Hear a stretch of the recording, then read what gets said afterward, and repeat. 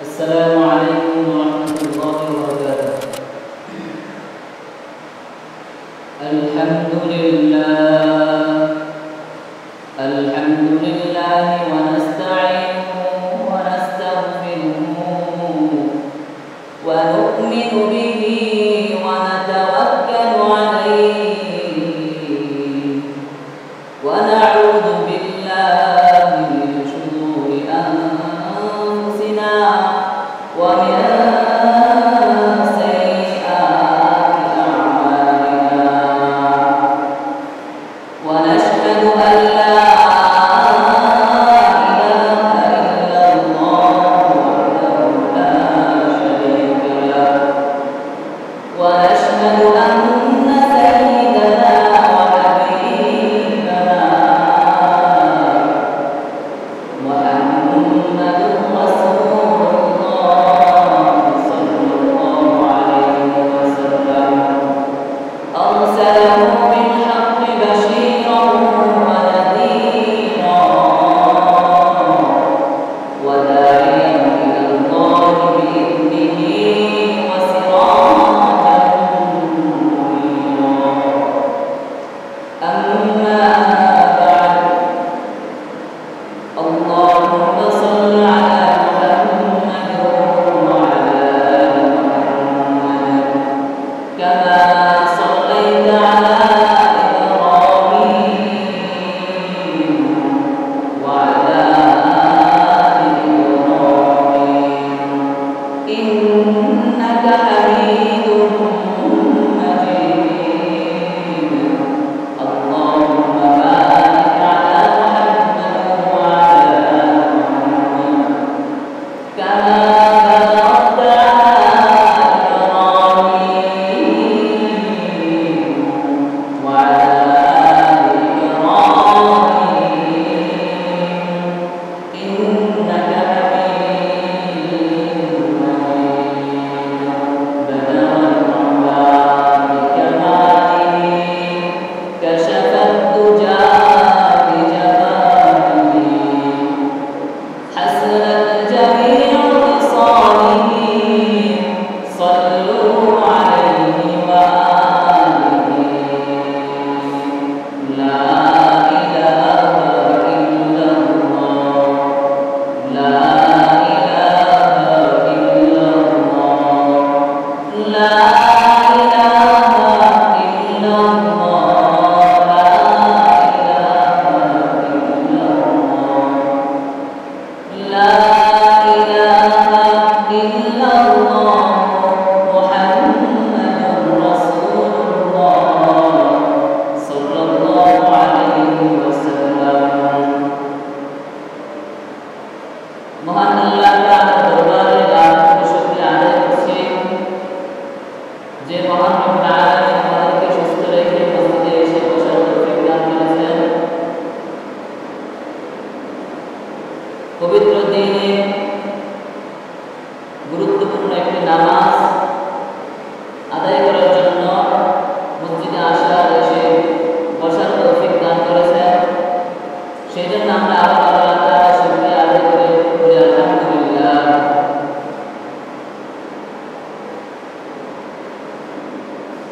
এমন একটি সময় আমরা আজ উপনীত হয়েছি যে মাসে শুরু হয়েছিল বিগত ফ্যাসিবাদী সরকারের জালিমা সরকারকে দেশ থেকে সরিয়ে দেওয়ার জন্য এই জালিমা সরকারকে দেশ থেকে বের করার জন্য বাংলার আনাচে কানাচে থেকে ছাত্র জনতা সমস্ত শিক্ষার্থীরা নেমে পড়েছিল।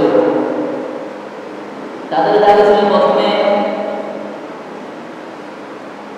যে শিক্ষিতদেরকে তাদের চাকরি দেওয়া হয় না, যারা শিক্ষিত তাদেরকে তাদের শিক্ষার কোনো মূল্যায়ন করে না,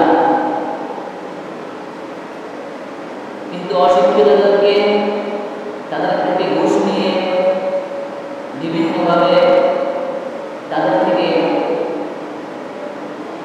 কিছু কথাবার্তা বলে তাদেরকে চাকরি দেওয়া হয়, অশিক্ষিতদেরকে চাকরি দেওয়া হয়, কিন্তু শিক্ষিতদেরকে চাকরি দেওয়া হয় না, এই দাবি ছিল। এভাবে ধীরে ধীরে আস্তে আস্তে ফ্যাসিবাদী সরকারের জুলুম, তার জুলুম নির্যাতন মানুষের মাঝে প্রচার প্রসার হয়ে যায়। এভাবে সেই জালিমা সরকারকে দেশ ছাড়া করার জন্য সারা বাংলার ছাত্ররা এক মাঠে নেমে পড়েছিল যে জালিমা সরকারকে এই দেশে স্থান দেওয়া হবে না। সেই জালিমা সরকার, সেই ফ্যাসিবাদী সরকার মানুষের উপর কি নির্যাতনা করেছে, অথচ সে এই দেশে রাজনীতি করার তার লক্ষ্য ছিল দুইটি। প্রথম হচ্ছে মানুষের বাংলার মানুষের কাছ থেকে তার প্রতিশোধ মেটানো। দ্বিতীয় হচ্ছে যে বাংলাদেশের মানুষ যাতে উঁচু হয়ে না পড়ে, বাংলাদেশের মানুষ যাতে কারো না পারে, যাতে তারা সবসময় নিচে থাকে, সবসময় নিচের স্থানে থাকে, সেই নিয়ম ছিল তার। 50 বছর বাংলার মানুষকে সে কত জুলুম করেছে, কত অত্যাচার করেছে, যেই তার বিরুদ্ধে বেরিয়েছে, জুলুমের মাজলুমরা জুলুম থেকে বাঁচতে চেয়েছে, তখনই তাকে গ্রেফতার করে জেলে ঢুকিয়ে দিয়েছে, অথবা তাকে গুলি করে মেরে দেওয়া হয়েছে, অথবা তাকে লাঞ্ছিত অপমানিত করে ফাঁসি দেওয়া হয়েছে।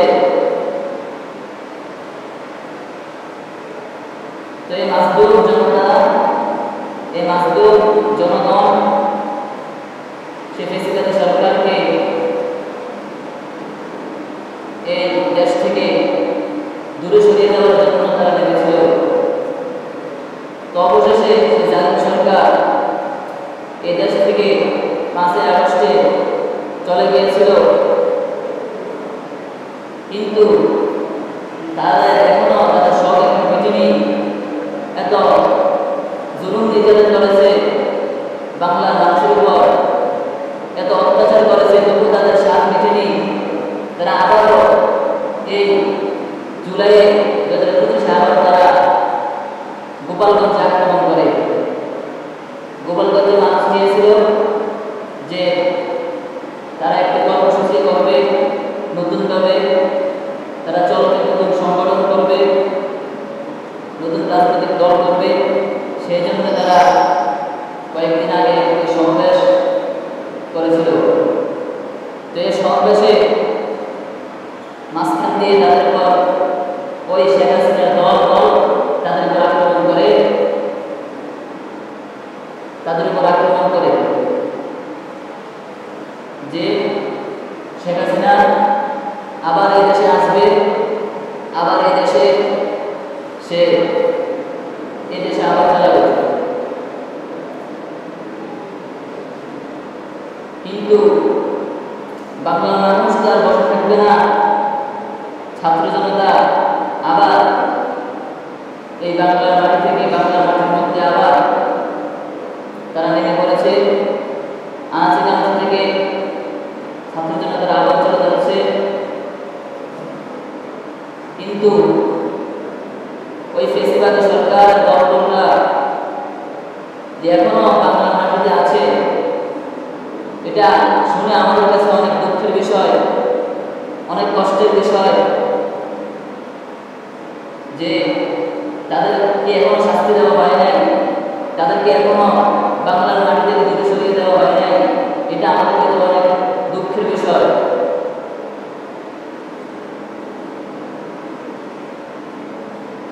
পৃথিবীর শুরু থেকেই আল্লাহ তাআলা নবী রাসূল পাঠিয়েছেন মানুষের মাঝে শান্তি প্রচার প্রসার করার জন্য, মানুষ যাতে শান্তিতে চলতে পারে,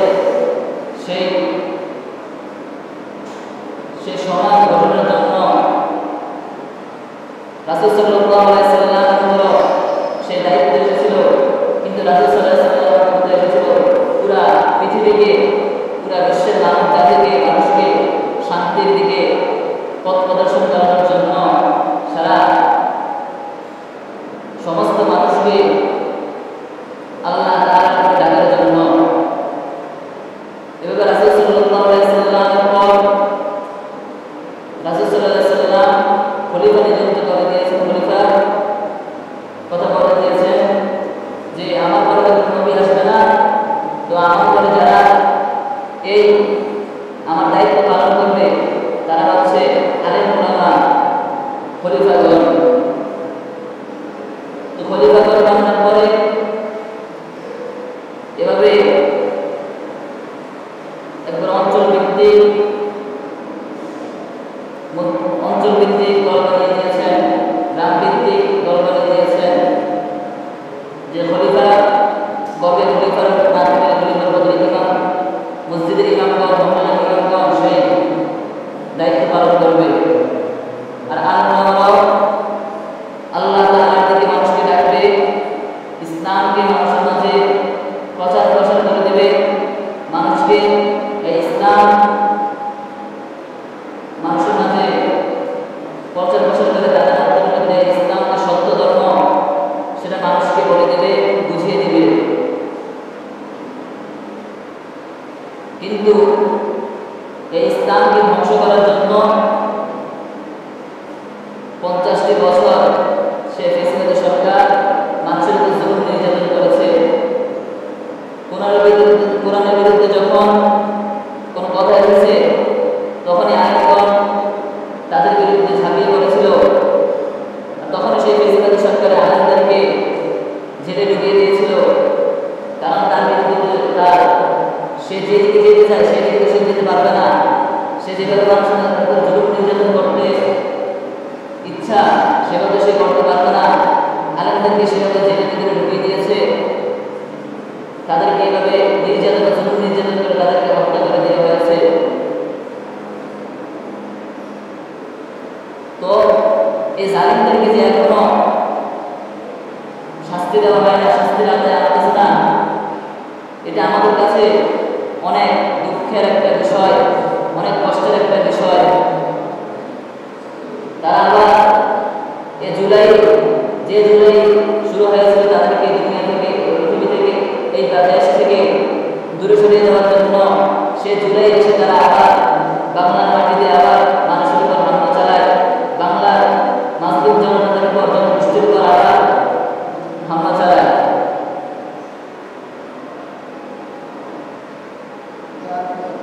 তো এই জালিমদেরকে যাতে এই দেশ থেকে আবার দূরে সরিয়ে দেয়, আবার যাতে তাদেরকে শাস্তির দেওয়া মানে এই বিষয়ে সমস্ত আলেম আবারও এই বিষয়ে পরামর্শ করছেন। ছাত্র জনতা আবারও দেশের মধ্যে নেমে পড়েছেন, আবার চলে আসতেছে যে জালিম সরকার দলবলকে আবার যাতে এই দেশ থেকে পরিপূর্ণভাবে এই দেশ থেকে দেশ ছাড়া করে, সে ফেসিবাদী সরকারকে যাতে পরিপূর্ণভাবে নিষিদ্ধ ঘোষণা করে, আওয়ামী লীগকে যাতে পরিপূর্ণ নিষিদ্ধ ঘোষণা করে।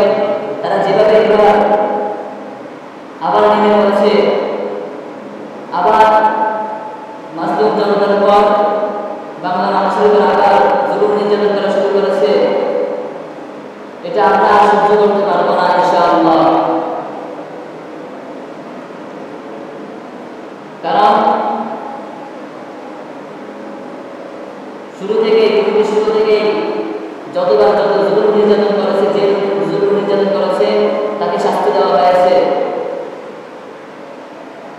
রাসূলের জামানায় এক মহিলা চোর ধরা গিয়েছে, তিনি ছিলেন আবার কুরাইশী বংশের। রাসূল সাল্লাল্লাহু আলাইহি সাল্লামের দাদি আত্মীয়, অর্থাৎ রাসূল সাল্লাল্লাহু আলাইহি সাল্লামের রক্তের একজন মহিলা, সে চোর ধরা গিয়েছে। তো কোরআনের নিয়ম হচ্ছে, ইসলামের নিয়ম হচ্ছে যে চুরি করবে তাকে তার হাত কেটে দেওয়া হবে। তো রাসূল সাল্লাল্লাহু আলাইহি সাল্লামের কাছে এমন সংবাদ পৌঁছায়নি। তো কুরাইশের সমস্ত লোকেরা এই ব্যাপারে আলোচনা করতেছে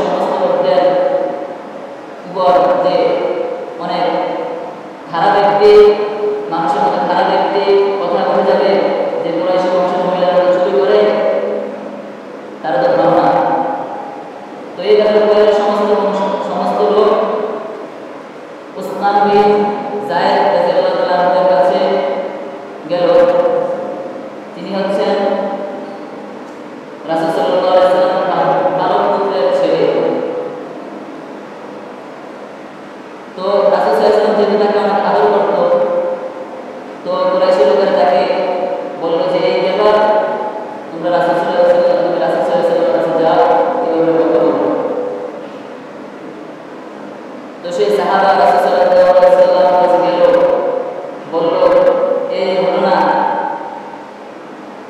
তখন রাসূল সাল্লাল্লাহু আলাইহি ওয়াসাল্লামের চেহারা পাল্টে গেল, মনে হচ্ছিল কোনো লাল বর্ণের কোনো ফল তার উপর ছিটিয়ে দেওয়া হয়েছে। রাসূল সাল্লাল্লাহু আলাইহি ওয়াসাল্লাম বলল, কোরআনের বিরুদ্ধে যখন কোনো কথা উঠবে, কোনো আইন কোরআনের বিরুদ্ধে উঠবে, তখন এটা আমরা সহ্য করতে পারবো না, তুমি যে সমাজ গড়তে বলে করো, কিন্তু কোরআনের বিরুদ্ধে কোনো সমাজ যাতে গঠন না হয়, কোরআনের বিরুদ্ধে কোনো নিয়ম কানুন যাতে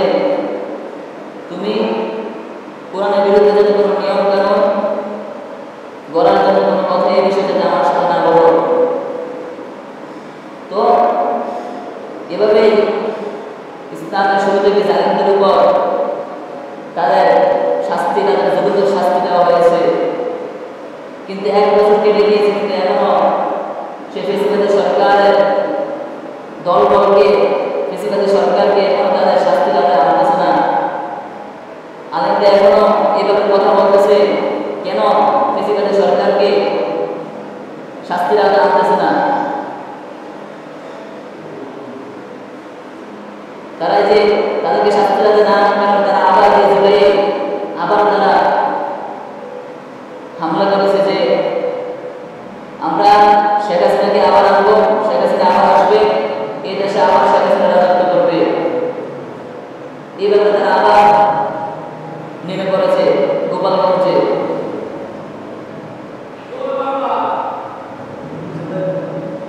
তো প্রস্তুতি আমাদেরকে গ্রহণ করতেই হবে, কারণ জালিমদেরকে শাস্তি দাঁড়াতে আনতে হবে।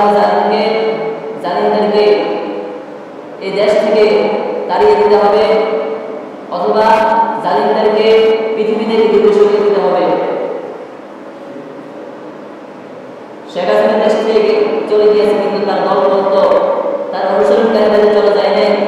সেই অনুসরণকারীরা আজ আবার জুলুম করা শুরু করে দিয়েছে। চাঁদাবাজির নামে মানুষকে হত্যা করছে। খোঁজ করে দেখুন, সেই আওয়ামী লীগের দলবল, শেখ হাসিনার দলবলই এই মানুষের উপর জুলুম করতেছে, চাঁদার নামে তাদেরকে হত্যা করতেছে।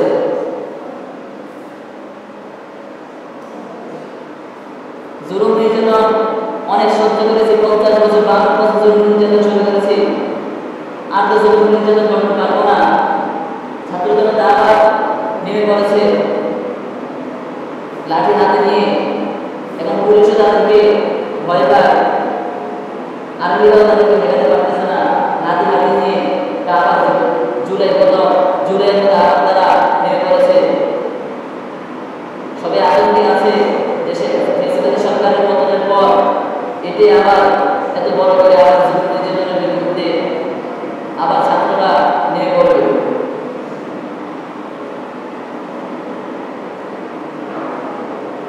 ছাত্র জনতারা এই জুমার পরে 3টার সময় আবার সবাইকে, সমস্ত ছাত্রদেরকে তারা আবার ডাক দিয়েছে বাইতুল মুকাররমের সামনে।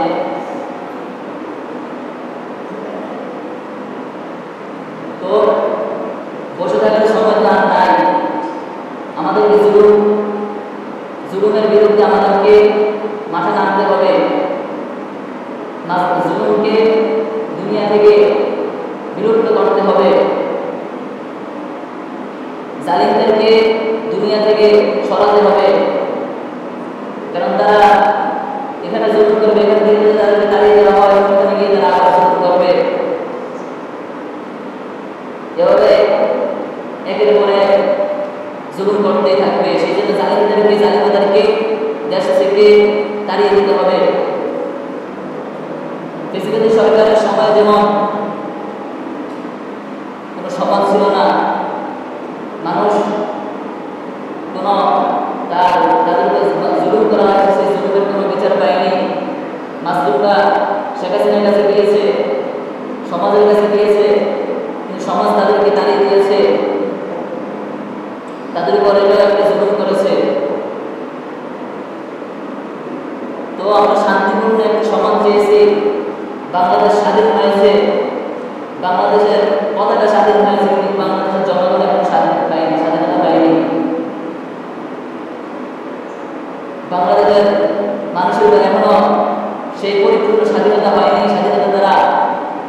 করতে পারিনি।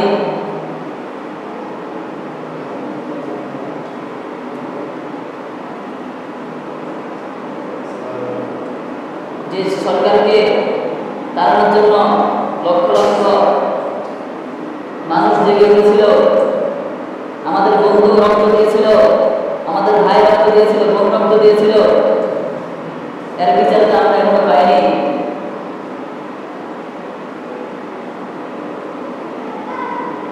এর বিচার তো আমরা এখনো পাইনি। তারা আবার শুরু করে দিয়েছে জুলুম অত্যাচার।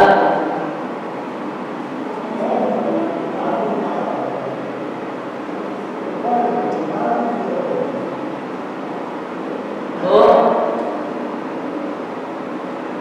আরেকটি বিষয় যে হুজুররা রাজনীতির নামে কথা বললেই জনগণের উপর উত্তাল চলছে। হুজুর রাজনীতির কথা বলবে কেন? হুজুররা কেন রাজনীতির বিষয়ে কথা বলবে? মানুষ হুজুরের কাছ থেকে নামাজ পড়তে কথা শুনতে পারে, পারিবারিক বিষয়ে কথা শুনতে পারে।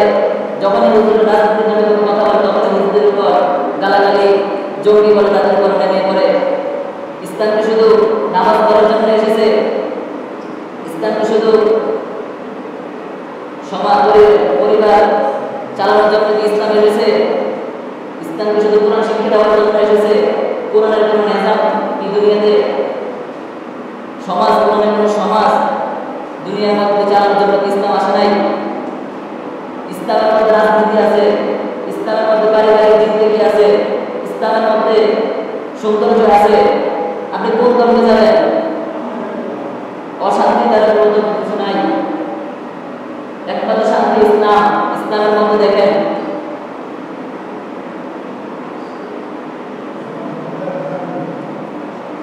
একজন নারী যখন ব্যবহারে হাঁটে তখন তার দিকে কত পুরুষ তাকিয়ে থাকে, কত পুরুষ তার দিকে তাকিয়ে তার থেকে কত নোংরামি চিন্তা ভাবনা করে, এভাবে দর্শন হয়।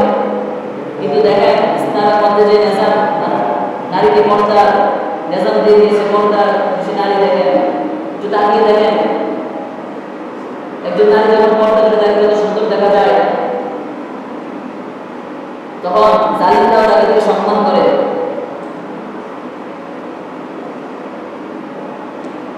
এমনি এমনি পর্দা করতে বলা হয় নাই।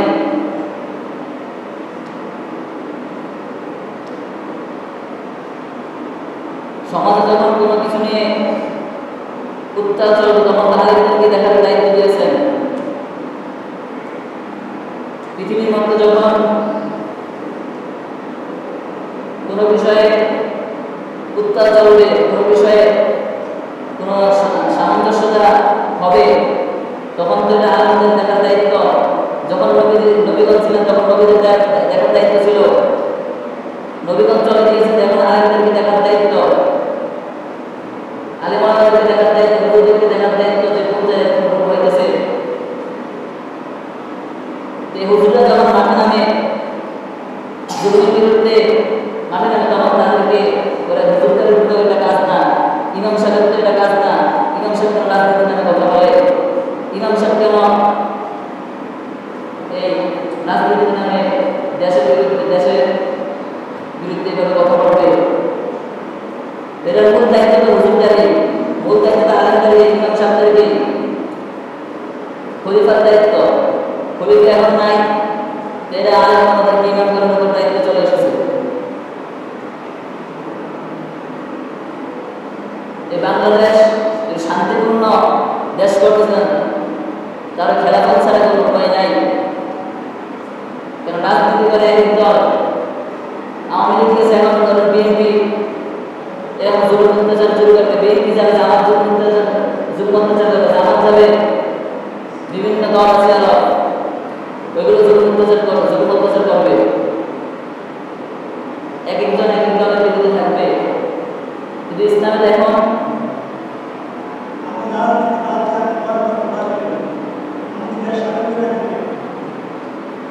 এটাই তো সমস্যা, এটাই তো সমস্যা। যার মধ্যে জনগণের রাজনীতি নিয়ে কথা বলে তখন তো জনগণের উপর শয়তান লাগবে।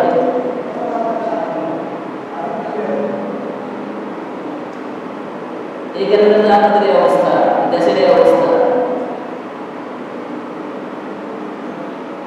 কারণ 10 জন মানুষ থাকে, এর মধ্যে একজনের কথা বলতে তুমি রাজনীতির নামে কথা বলে কেন? 100 জন থাকলে 5 জনে বলবে তুমি রাজনীতির নামে কথা বলে কেন? রাজনীতির দায়িত্ব তোমার প্রয়োজন নেই। আলেমদের আমাদেরকে, আলেমদের পরে যারা আছে তাদেরকে, ছোটদেরকে বলেছেন যে তোমরা এই দেশে মানুষের কাছে বলো, প্রচার প্রসার করো। গ্রামে আসেন তো কিছু বুঝতেছেন না, শহরে গিয়ে দেখেন, আলেমদের কাছে মিশে দেখেন, কোরআন পড়ে দেখেন, কোরআন অর্থ বুঝে দেখেন যে কতটা নদীর মধ্যে এই দেশ আছে, কতটা নদীর মধ্যে আর মুসলমান আছে, মানুষ আছে, মানব জাতি আছে।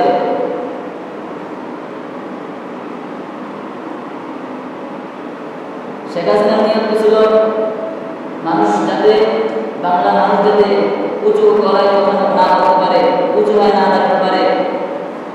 এবং তার ইচ্ছা ছিল সেই পশ্চিমা ইহুদি খ্রিস্টানদের, সেই তারা যেভাবে চলে, যাদের কোনো চিন্তা ভাবনা নেই, সেই মানুষ তারা নিজেই ভুলে গিয়েছে, পশু পাখির মতো আচরণ করছে। এই পশু পাখি বলতে তো আমার কেমন কেমন লাগে যে জানোয়ার বলতে তাদেরকে, তাদের এমন বাধা যে তারা এমন খারাপ পথে চলে গিয়েছে।